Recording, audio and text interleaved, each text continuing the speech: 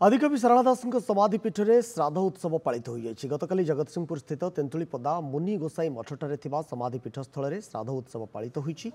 साहित्य अकादेमी और आदिकवि सारला दास सांस्कृतिक परिषद आनुकूल्य विभिन्न कार्यक्रम अनुष्ठित होइछि। सकाळु सकाळु समाधिपीठ नाम संकीर्तन करा सह दिन तमाम छात्र छात्री द्वारा वक्तृता संगीत सहित सांस्कृतिक कार्यक्रम अनुष्ठित होता। सेपटे झंकड़े सुद्रमुनि श्री सारला दास स्मृति स्तंभ निकट में महाभारत दांडी पुराण पारायण पाठ करा कार्यक्रम में बहु मान्यगण्य व्यक्ति जोग देथिले।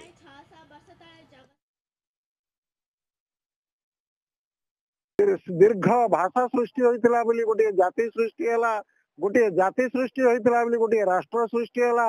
सुतरां सारला दास होउचंदी भाषा स्रष्टा, साहित्य स्रष्टा एवं राष्ट्र स्रष्टा। सारला सांस्कृतिक परिषद तथा ओडिशा साहित्य अकादेमी मिलित आनुकूल्य ये सब कार्यक्रम ये अनुष्ठित होता है एवं राजा भोजन सहस्राधिक श्रद्धालु भक्त मान को प्रसाद दि जाए।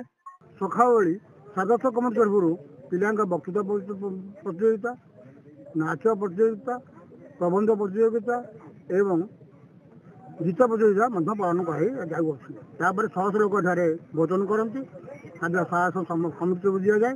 ये सारला दास बसते साधना करुले आप देखते बुधा नदी कूल से देखुले बसिकी ये अंचल तो विराट जंगल थिला। जंगल कालक्रम समाधिपीठ।